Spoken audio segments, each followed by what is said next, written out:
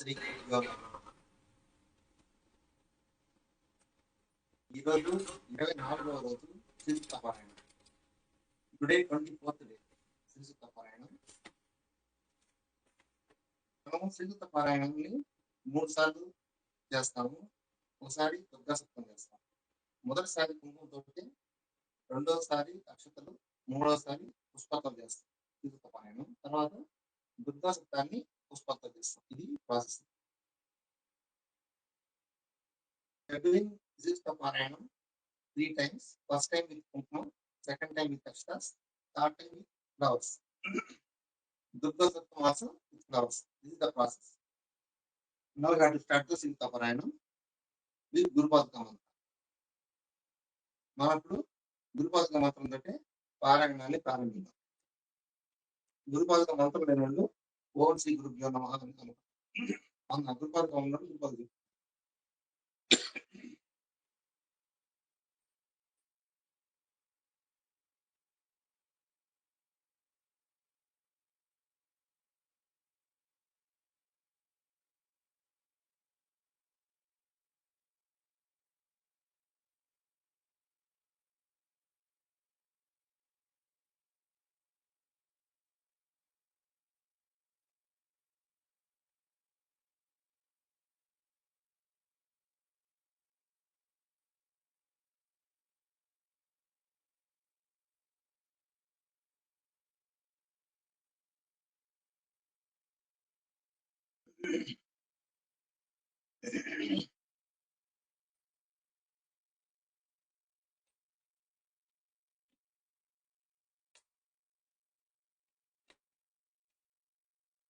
పవిత్రీకరణ.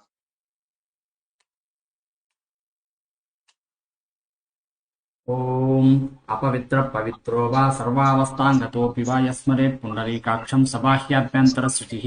ఓం పునాతు పుండరీకాక్ష పునాతు పుండరీకాక్ష పునాతు పుండరీకాక్ష పునాతు.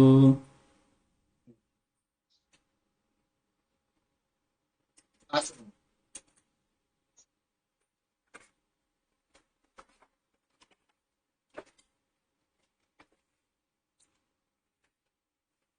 ఐం ఆత్మత్వాయ స్వాహ, హ్రీం విద్యుత్వాయ స్వాహ,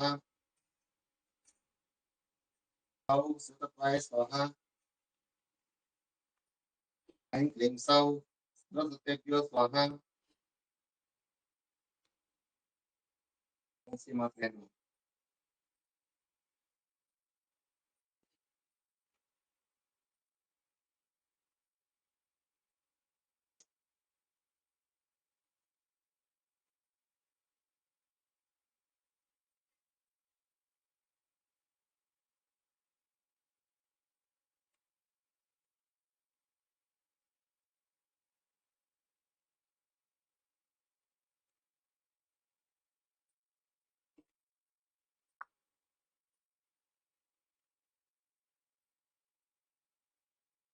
ప్రాణాయామం. ప్రాణాయామంలో మనము పౌరకం, కుంభకం, రేచకం, బహిర్కుంభకం ఈ 4 కలిపి ఒక ఆవృతం. ఇలాగా మనం 3 సార్లు చేయాలి మహాలక్ష్మి మంత్రం తోటి. సరేనా? Pranayama, పూరకం, కుంభకం, రేచకం, బహిర్కుంభకం. These are all 4 on hour. We have to do the Parayanam with Mahalakshmi mantra 3 times, 3 avatas. This is the pranayam. Now, pranayam. Start.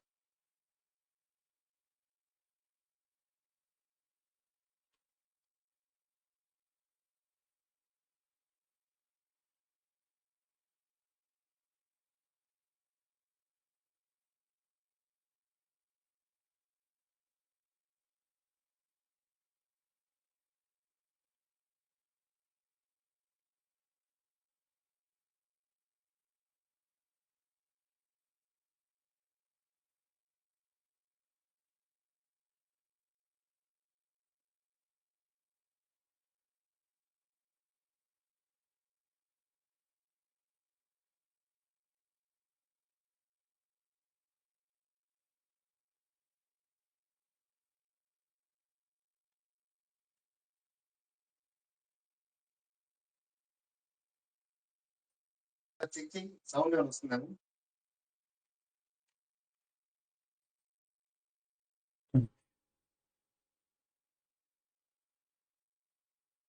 Noise ఏమైనా వస్తుందని. ఒక్క నిమిషం ఇంకా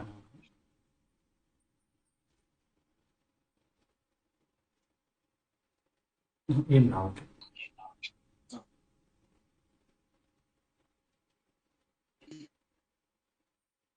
సంకల్పం పుష్పాలు అక్షులు తీసుకోండి.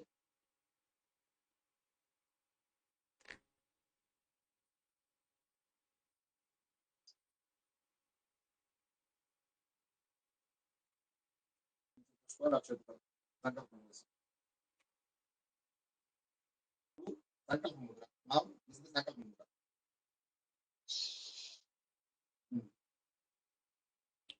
ఓం విష్ణుర్విష్ణుర్విష్ణుః శ్రీమద్భగవతో మహాపురుషస్య విష్ణోరాగ్నేయ ప్రవర్తమానస్య ఆద్య శ్రీ బ్రాహ్మణో ద్వితీయ పరార్ధే శ్రీ శ్వేతవరాహ కల్పే వైవస్వతమన్వంతరే భూలోకే జంబూద్వీపే భరతవర్షే భరతఖండే ఆర్యావర్తైక దేశాంతర్గతే హైదరాబాద్ శుభక్షేత్రే శుభస్థలే శ్రీ గురు సన్నిధౌ మా గురువుగారి ఆశీస్సులతో నా హృదయ పద్మము యందు సర్వకాల సర్వావస్థల యందు పరమేశ్వరీ పరమేశ్వరులు ప్రతిష్ఠితమై ఇందులుగాక.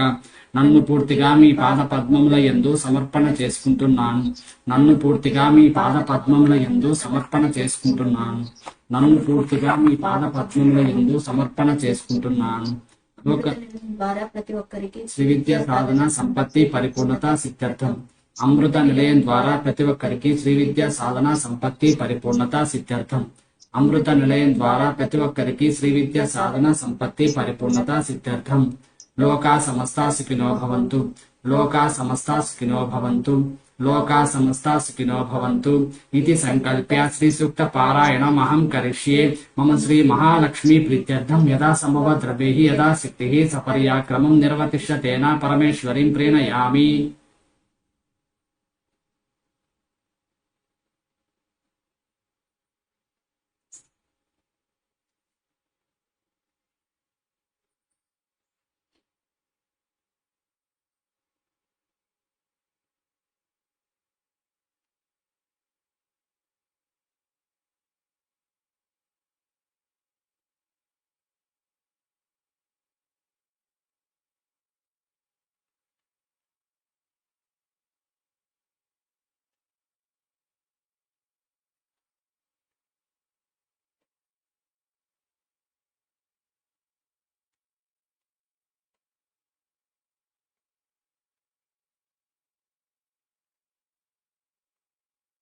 శ్రీసూక్త పారాయణం 3 సార్లు చేస్తాను.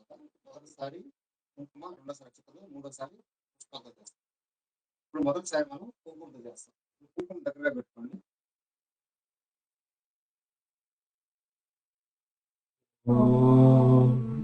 హిరణ్యవర్ణాం హరిణీం సువర్ణరజతస్రజాం చంద్రాం హిరణ్మయీం లక్ష్మీం జాతవేదో మహావహ.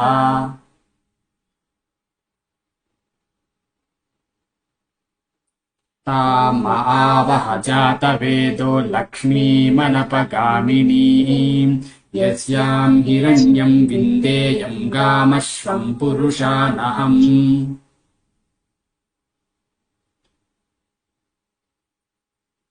అశ్వపూర్వామృతమద్యాం హస్తినాద ప్రబోధినీం శ్రియం దేవీముపహ్వయే శ్రీర్మా దేవీర్జుషతాం. కాంసోస్మితాం హిరణ్యప్రాకారాం ఆర్ద్రాం జ్వలంతీం తృప్తాం తర్పయంతీం పద్మే స్థితాం పద్మవర్ణాం తామిహోపహ్వయే శ్రియం.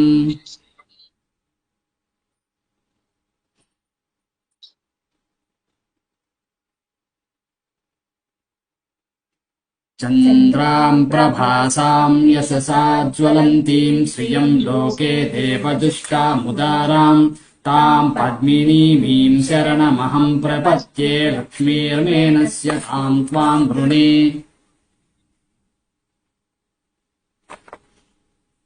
ఆదిత్యవర్ణే తపసోదిజాతో వనస్పతిశ్చ వృక్షోద బిల్వః तस्य फलानि तपसानुदन्तु मायान्तरायाश्च बाह्या अलक्ष्मीः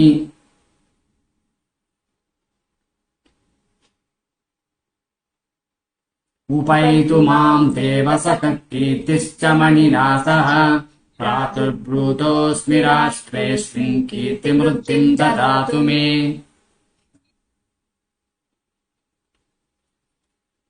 क्षुत्पिपासामलाम् ज्येष्ठामलक्ष्मीम् नाशयाम्यहम् अभूतिमसमृद्धिम् च सर्वाम् निर्नुद मे गृहात्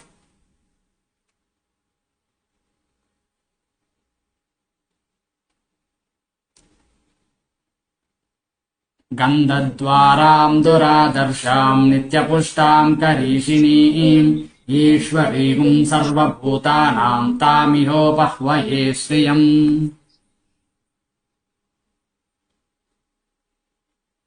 मनसस्ता ममाकूतिम् वाचः सत्यमशीमहि पशूनागुम् रूपमन्नस्य मयि श्रीश्रयताम् यशः कर्दमेन प्रजा भूता मयि सम्भव कर्दम श्रियम् भासय मे कुले मातरम् पद्ममालिनीम्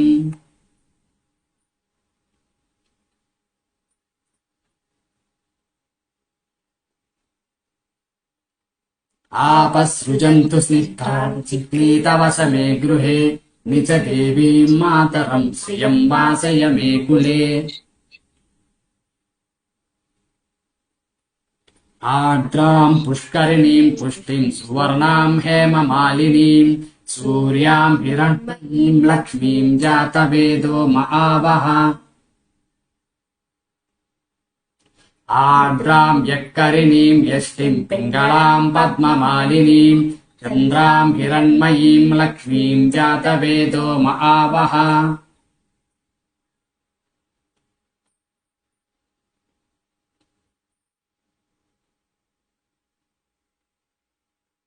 तामहावः जातवेदो लक्ष्मीमनपगामिनीम् यस्याम् हिरण्यम् प्रभूतम् गावो दास्योऽस्वान् विन्देयम् पुरुषानहम्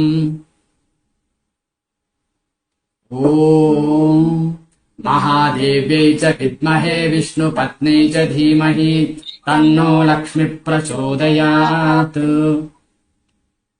ॐ ललितायै च विद्महे कामेश्वर्यै च धीमहि तन्नो देवी प्रचोदयात्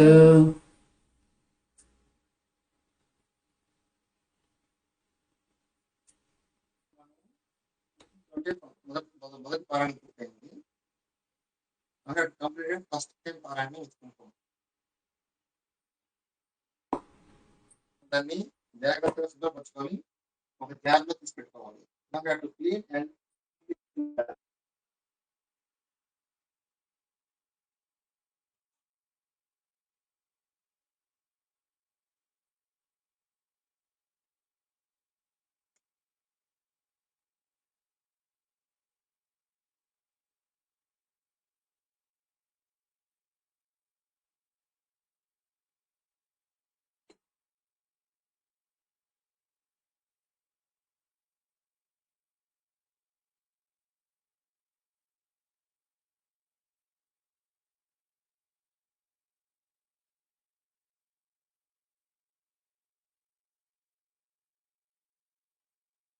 వచ్చేటప్పుడు కూడా మనం మంత్రాలు జపిస్తూనే ఉండాలి. మహాలక్ష్మి మంత్రాన్ని మనం ఏ పని చేస్తున్నా మంత్రం జపిస్తూ ఉండాలి.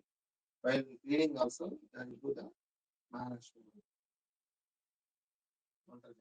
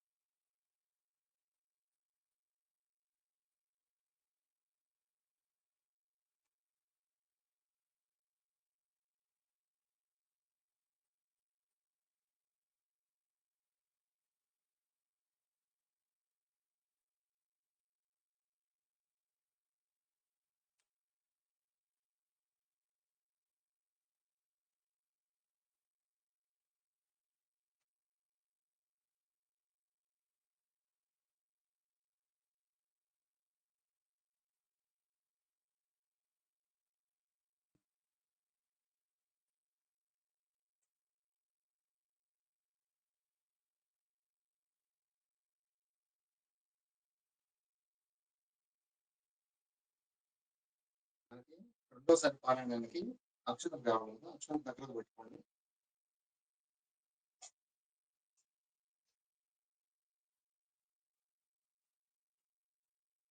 సెకండ్ టైం పారాయణం we need extras. That's why keep it beside you.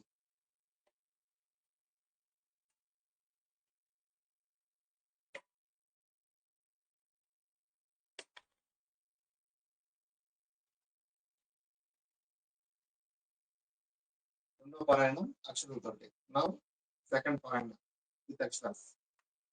ఓం హిరణ్యవర్ణాం హరిణీం సువర్ణరజతస్రజాం చంద్రాం హిరణ్మయీం లక్ష్మీం జాతవేదో మహావహ తాం మహావహ జాతవేదో లక్ష్మీమనపగామినీం యస్యాం హిరణ్యం విందేయం గామశ్వం పురుషానహం అశ్వపూర్వామృతమధ్యాం హస్తినాదప్రబోధినీం శ్రియం దేవీముపహ్వయే శ్రీర్మాదేవీర్జుషతాం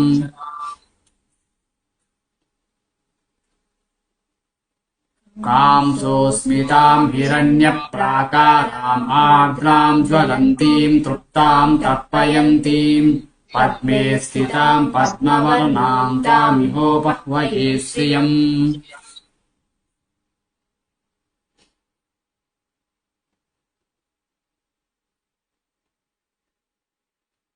చంద్రాం ప్రభాసాం యశసా జ్వలంతీం శ్రియం లోకే దేవజుష్టాముదారాం తాం పద్మినీమీం శరణమహం ప్రపద్యే లక్ష్మీర్మేణస్య తాం స్వాం వృణే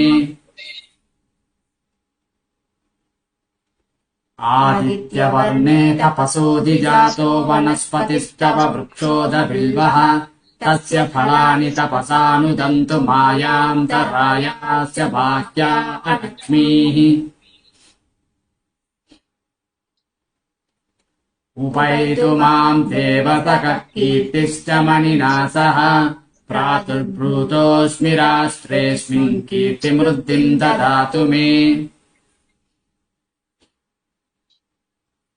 क्षुत्पिपासामलां ज्येष्ठामलक्ष्मीं नाशयाम्यहम् अभूतिमसमृद्धिं च सर्वां निर्नुद मे गृहात् गन्धद्वारां दुरादर्शां नित्यपुष्टां करीषिणीं ईश्वरीगुं सर्वभूतानां तामिहोपह्वये श्रियम् मनसः काममाकूतिं वाचः सत्यमशीमहि पशूनागुं रूपमन्नस्य मयि श्रीश्रयतां यशः कर्दमेन प्रजा भूता मयि सम्भव कर्दम श्रियं वासय मे कुले मातरं पद्ममालिनीम् आपसृजन्तु स्निग्धानि चिक्लीतवसमे गृहे निजदेवीं मातरं श्रियं वासय मे कुले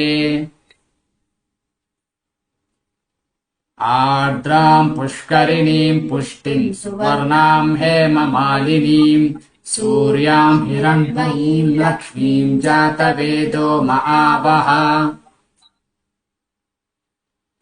आर्द्रां यक्करिणीं यष्टिं पिङ्गलां पद्ममालिनीं चन्द्रां हिरण्मयीं लक्ष्मीं जातवेदो महावः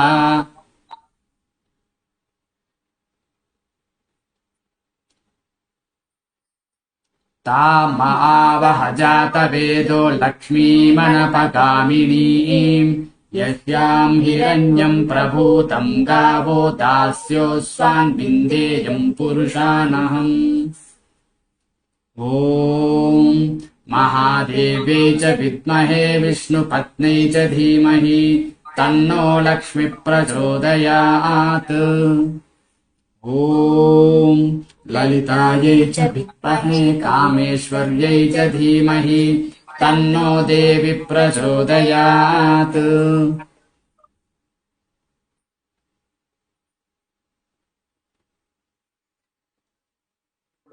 రెండోసారి పారాయణమే పూర్తయింది అక్షరంతో. Now had completed second time parayana with అక్షరాస్. Now had to clean and keeping the అక్షరాస్. మనం ఇటు జాగ్రత్తగా సిద్ధపరచుకొని మనం రాసుకోవాలి.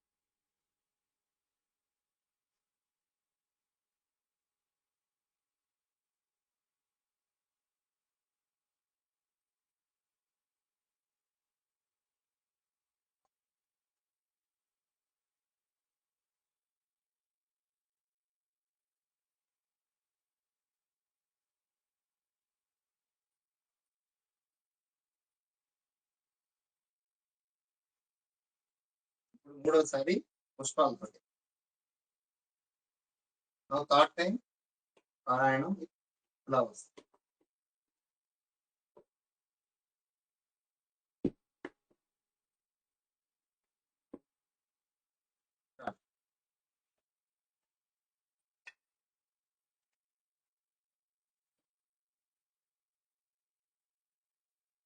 ॐ हिरण्यवर्णां हरिणीं सुवर्णरजतस्रजां चन्द्रां हिरण्मयीं लक्ष्मीं जातवेदो महावः। तां महावः जातवेदो लक्ष्मीमनपगामिनीं यस्यां हिरण्यं विन्देयं कामश्वं पुरुषानहम्।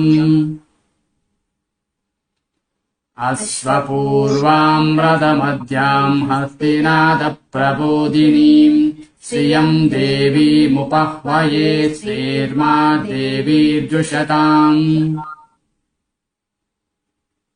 कांसोऽस्मितां हिरण्यप्राकाराम् आर्द्रां ज्वलन्तीं तृप्तां तर्पयन्तीं पद्मे स्थितां पद्मवर्णां तामिहोपह्वये श्रियम्।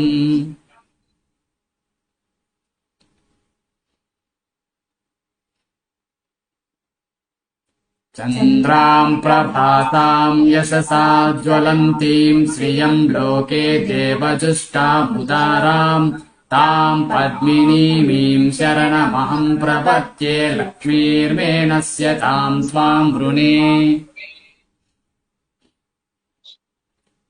आदित्यवर्णे तपसोऽधिजातो वनस्पतिस्तव वृक्षोदबिल्वः तस्य फलानि तपसानुदन्तु मायान्तरायाश्च बाह्या अलक्ष्मीः।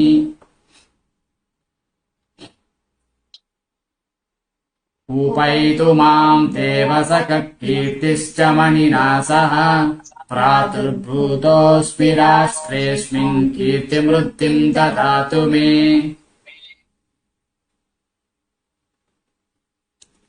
क्षुत्पिपासामलां ज्येष्ठामलक्ष्मीर्नाशयाम्यहम् अभूतिमसमृद्धिं च सर्वान् निर्नुद मे गृहात्।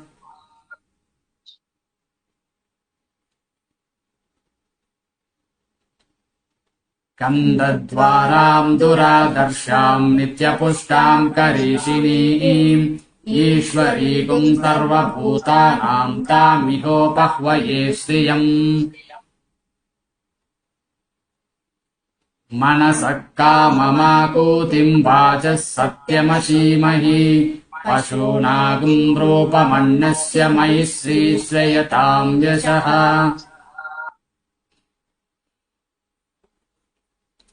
कर्दमेन प्रजा भूता मयि सम्भव कर्दम श्रियं वासय मे कुले मातरं पद्ममालिनीम्।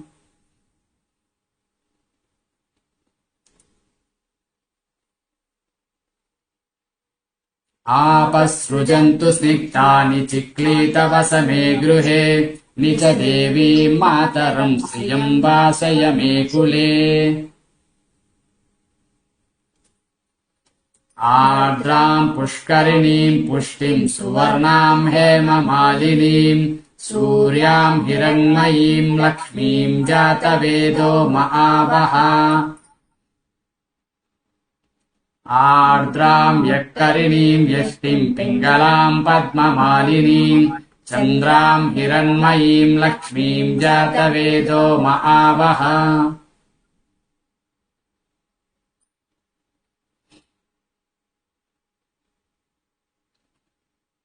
तां महावः जातवेदो लक्ष्मीमनपगामिनीम् यस्यां हिरण्यं प्रपूतं गावो दास्योऽस्वान् विन्देयं पुरुषानहम्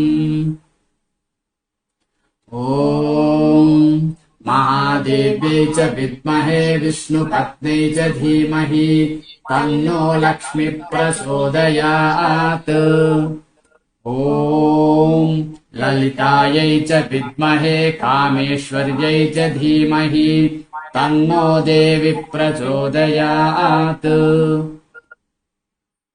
ఇప్పుడు శ్రీ సూక్తం పూర్తయింది పారాయణం. ఇప్పుడు దుర్గా సూక్తం చేయాలి పుష్పాలతో. Now you have completed Shri Sukta parayanam. Now you have to start the Durga Suktam with flowers. ॐ जातवेदसे सुनवामसो ममराति यतो निदहाति वेदः स नः पर्षदति दुर्गाणि विश्वानावेव सिन्धुम् दुरितात्यग्निः तामग्निवर्णाम् तपसा ज्वलन्तीम् वैरोचनीम् कर्मफलेषु जुष्टाम् दुर्गाम् देवीगुम् शरणमहम् प्रपद्ये सुतरसि तरसे नमः अग्ने त्वम् पारयानभ्यो अस्मान् स्वस्तिभिरति दुर्गाणि विश्वा पूज्य पृथ्वी बहुला न पूर्वी भवातोकायतनयाय संयोः विश्वानि नो दुर्गः जातवेदः सिन्धुन्ननावादुरितातिपर्षि अग्ने अत्रिवन्मनसा गृणानोऽस्माकम् बोध्यपिता तनूनाम् पृतनाजितगुम् सहमानमुग्रमग्निगुम् हुवेम परमास्ततस्तात् स नः पर्षदति दुर्गाणि विश्वाक्षामत्तेवो अतिदुरितात्यग्निः प्रत्नोषिकमीढ्यो अध्वरे सुसनाश्च होतान्यश्च सत्सि स्वाम् चाग्ने तनुवम् प्रिप्रयस्वास्मभ्यम् च सौभगमायजस्व गोभिर्जुष्टमयि जो निषिक्तम् तवेन्द्रविष्णोरनुसञ्चरेम नाकस्य पृष्ठमपि संवसानो वैष्णवीम् लोकैहमादयन्ताम् ॐ कात्यायनाय विद्महे कन्यकुमारि धीमहि तन्नो दुर्गे प्रचोदयात् ॐ ललितायै च विद्महे कामेश्वर्यै च धीमहि तन्नो देवी प्रचोदयात्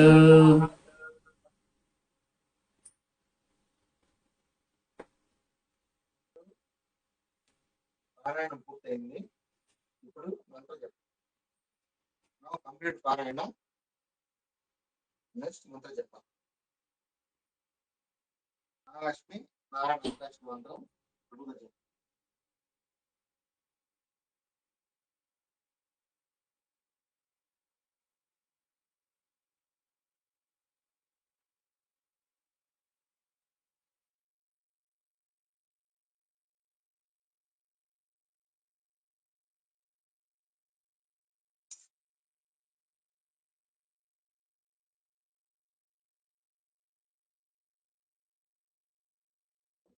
మంత్ర జపం పూర్తయింది. ఇప్పుడు పంచ పూజ.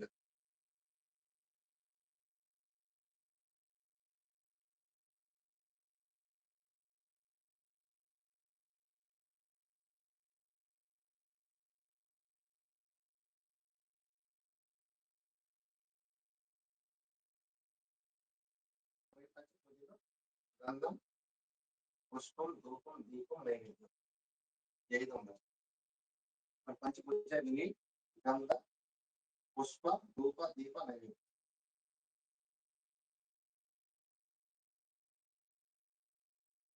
గంధ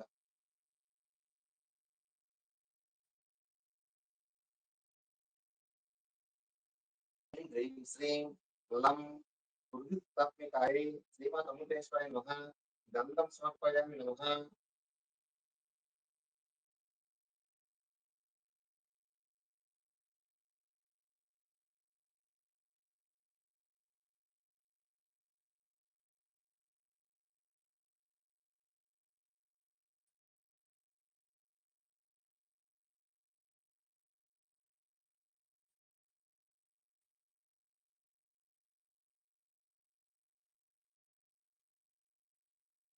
పుష్పం ఐం హ్రీం శ్రీం హం ఆకాశతదాత్మికాయ శ్రీమద్ అమృతేశ్వరాయ నమః పుష్పం సమర్పయామి నమః.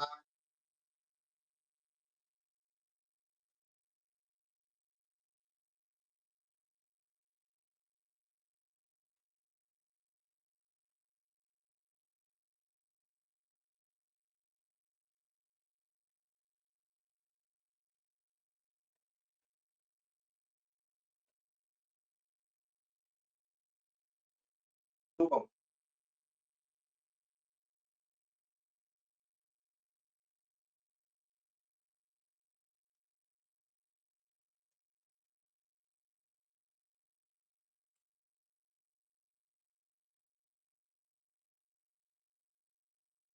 ఐం హ్రీం శ్రీం యం వాయుతాత్మికాయ శ్రీమద్ అమృతేశ్వరాయ నమః ధూపమాగ్రాపయామి నమః.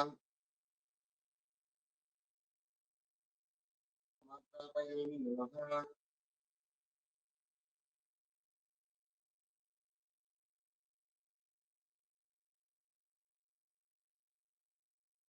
ఐం హ్రీం శ్రీం రం దీపం ఐం హ్రీం శ్రీం రం వాయుతాత్మికాయ శ్రీమద్ అమృతేశ్వరాయ నమః కళా దీపం దర్శయామి నమః.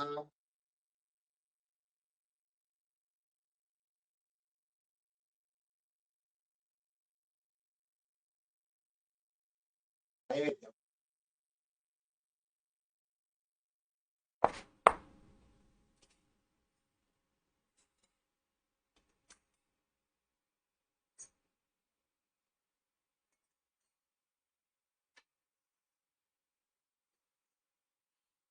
ఐం హ్రీం శ్రీం వం అమృతాత్మికాయ శ్రీమద్ అమృతేశ్వరాయ నమః అమృత నైవేద్యం సమర్పయామి నమః. ఓం భూర్భువస్సువస్సవితుర్వరేణ్యం భర్గో దేవస్య ధీమహి ధియో యో నః ప్రచోదయాత్. తత్వమసకేన దర్శించామి అమృతవస్తు అమృతోపస్కరణమసి.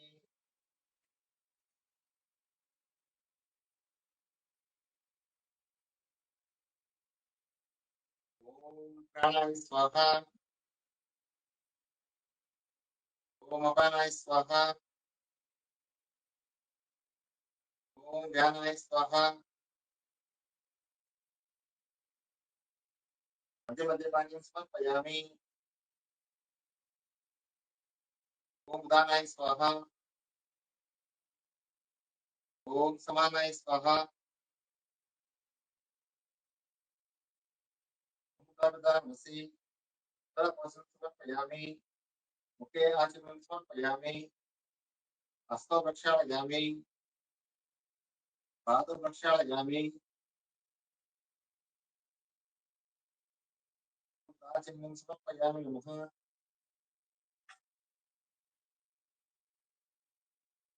ఐం హ్రీం శ్రీం సం సరస్వతాత్మికాయ శ్రీమద్ అమృతేశ్వరాయ నమః సర్వోపచారాన్ని సమర్పయామి నమః.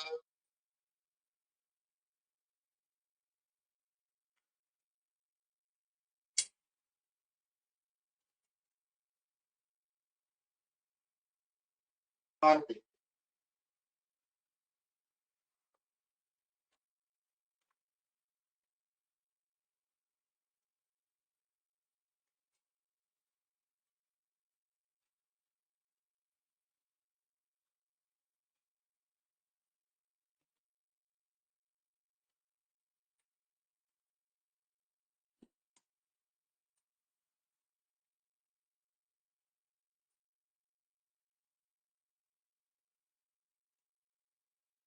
ఓం మంగళం గురుదేవాయ మహనీయమాత్మనే సాధురూపాయ మంగళం.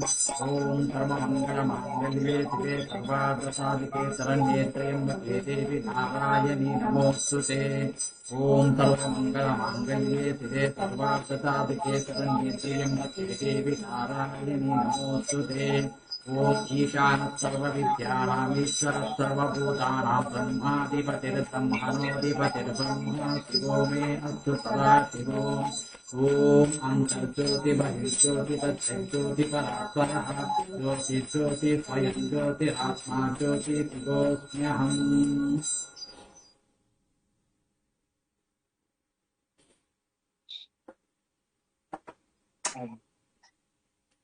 శ్రీలలితా శివజ్యోతి సర్వకామదా శ్రీగిరినిలయా గిరామయా సర్వమంగళా. శ్రీలలితా శివజ్యోతి సర్వకామదా శ్రీగిరినిలయా గిరామయా సర్వమంగళా. జగముల చిరునగముల పరిపాలించే జనని అనయము మము కనికరమున కాపాడే జనని. మనసే నీవశమై స్మరణే జీవనమై మాయని వరమీయవే పరమేశ్వరి మంగళనాయకి. శ్రీలలితా శివజ్యోతి సర్వకామదా శ్రీగిరినిలయా గిరామయా సర్వమంగళా. అందరికన్నా చక్కని తల్లికి సూర్యహారతి, అందాలేలే చల్లని తల్లికి చంద్రహారతి. రవల తలుకుల కల నా జ్యోతుల కర్పూరహారతి. సకల నిగమ వినుత చరణ శాశ్వత మంగళహారతి. శ్రీలలితా శివజ్యోతి సర్వకామదా శ్రీగిరినిలయా గిరామయా సర్వమంగళా. మంత్ర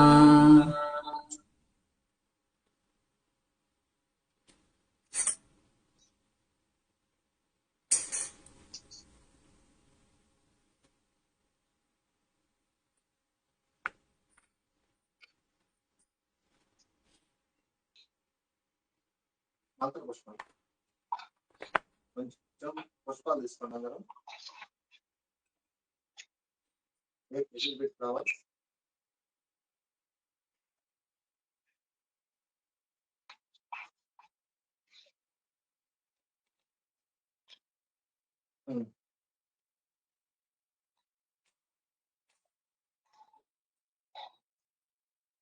యోపాం పుష్పం వేద పుష్పవాన్ ప్రజావాన్ పశుమాన్ భవతి. చంద్రమా వా అపాం పుష్పం పుష్పవాన్ ప్రజావాన్ పశుమాన్ భవతి. య ఏవం వేద యోపామాయతనం వేద ఆయతనవాన్ భవతి. అగ్నిర్వా అపామాయతనం ఆయతనవాన్ భవతి. యోऽగ్నిరాయతనం వేద ఆయతనవాన్ భవతి. आपो वा अग्नेरायतनम् आयतनवान् भवति. य एवं वेद योपामायतनं वेद आयतनवान् भवति. वायुर्वा अपामायतनम् आयतनवान् भवति. यो वायोरायतनं वेद आयतनवान् भवति. आपो वै वायोरायतनम् आयतनवान् भवति. य एवं वेद योपामायतनं वेद आयतनवान् भवति. असौ वै तपन्नपामायतनम् आयतनवान् भवति. यो मुष्यतपत आयतनं वेद आयतनवान् भवति. आपो वा अमुष्यतपत आयतनम् आयतनवान् भवति. य एवं वेद योपामायतनं वेद आयतनवान् भवति चन्द्रमा वा अपामायतनम् आयतनवान् भवति यश्चन्द्रमस आयतनं वेद आयतनवान् भवति आपो वै चन्द्रमस आयतनम् आयतनवान् भवति य एवं वेद योपामायतनं वेद आयतनवान् भवति नक्षत्राणि वा अपामायतनम् आयतनवान् भवति यो नक्षत्राणामायतनं वेद आयतनवान् भवति आपो वै नक्षत्राणामायतनम् आयतनवान् भवति य एवं वेद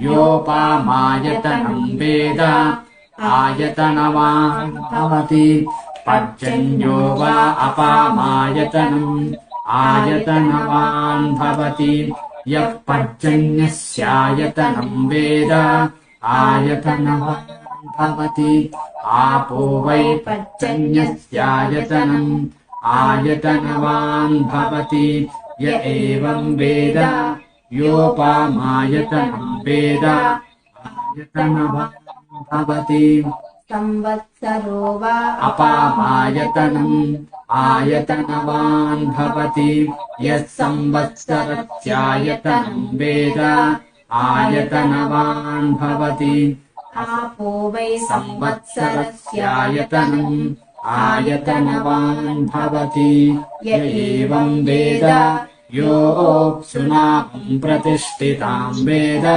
प्रत्येव तिष्ठति ॐ राजाधिराजाय प्रसह्य साहिने नमो वयं वैश्रवणाय कुर्महे स मे कामान् कामकामाय मह्यम् कामेश्वरो वैश्रवणो ददातु ॐ कुबेराय वैश्रवणाय महाराजाय नमः ॐ तद्ब्रह्मा ॐ तद्वायुः ॐ तदात्मा ॐ तत्सत्यम् ॐ तत्सर्वम् ॐ तत्पुरो नमः अन्तश्चरति भूतेषु गुहायां विश्वमूर्तिषु त्वयज्ञस्त्वं वषट्कारमस्त्वमिन्द्रस्त्वं रुद्रस्त्वं विष्णुस्त्वं ब्रह्मत्वं प्रजापतिः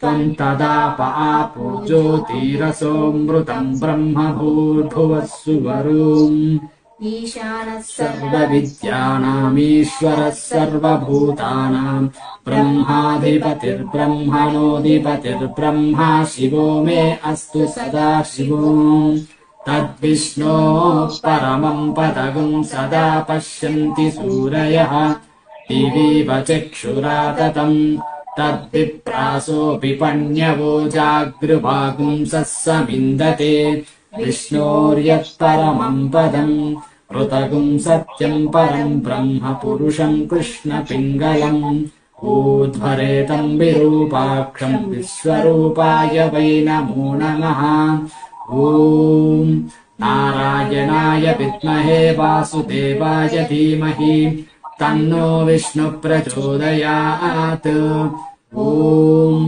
महादेव्यै च विद्महे विष्णुपत्न्यै च धीमहि तन्नो लक्ष्मीः प्रचोदयात् ॐ तत्पुरुषाय विद्महे महादेवाय धीमहि तन्नो रुद्रः प्रचोदयात् ॐ ललितायै च विद्महे कामेश्वर्यै च धीमहि तन्नो देवी प्रचोदयात्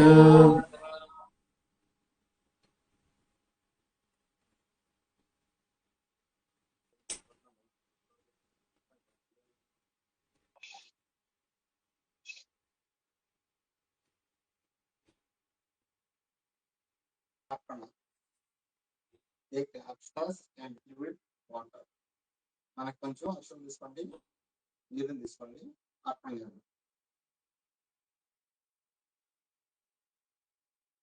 ఏతత్ శ్రీసూక్త పారాయణ ఫలం సర్వం శ్రీ లక్ష్మీ నారాయణ ప్రీత్యర్థం శ్రీ లలిత మహాత్రిపుర సుందరి పాదార్పణమస్తు.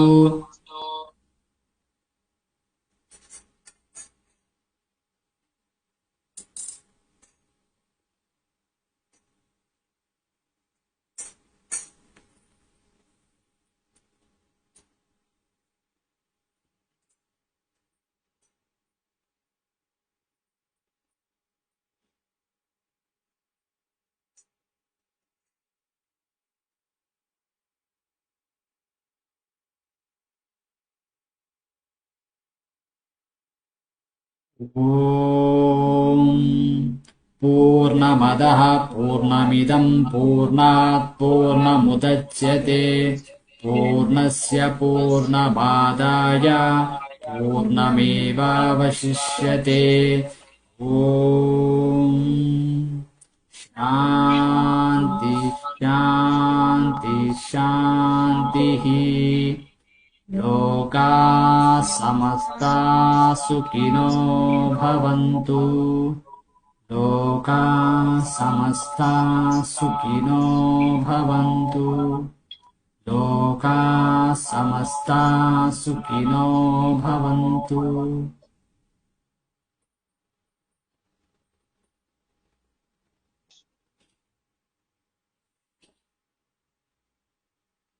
పారాయణం పూర్తయింది. ఇప్పుడు మనం అరగంట సేపు మౌనంగా ఉన్నది.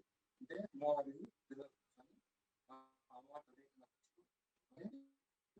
మంత్రం కానీ స్తోత్రం కానీ చేయకుండా, అలాగని చెప్పి మనం ఎటువంటి ఆలోచన లేకుండా అదే దృష్టితో అమ్మని చూస్తూ ఉంటాం. ఆలోచన రహితంగా ఉన్నది. మనం కళ్ళు మూసుకోవాల్సిన వస్తువు లేదు. మనం అమ్మని చూస్తూనే అలాగే చూస్తూనే ఉండాలి. ఎటువంటి ఆలోచన లేకుండా ఏ ధ్యాసతోటి అమ్మని చూస్తూ ఉండాలి. ఇది మౌనం ఉంది. ఇది మనం ప్రతిరోజు మినిమం మనం ఒక అరగంట సేపు ప్రయత్నించాలి. ఇది చాలా మంచిది. మనం ఎన్నో వందల మార్లు జపం చేసిన సమానం. ఎన్నో గంటలు మనం ధ్యానం చేసిన సమానం. This is the time, parents time. You do the silence. How to do? In front of Devi, you are sitting. No need any mantra and stotra. No need to close your eyes. No thoughts.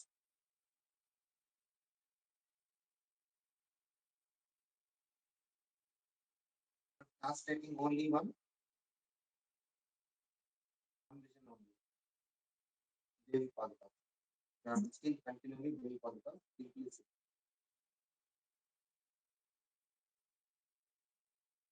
Stand up.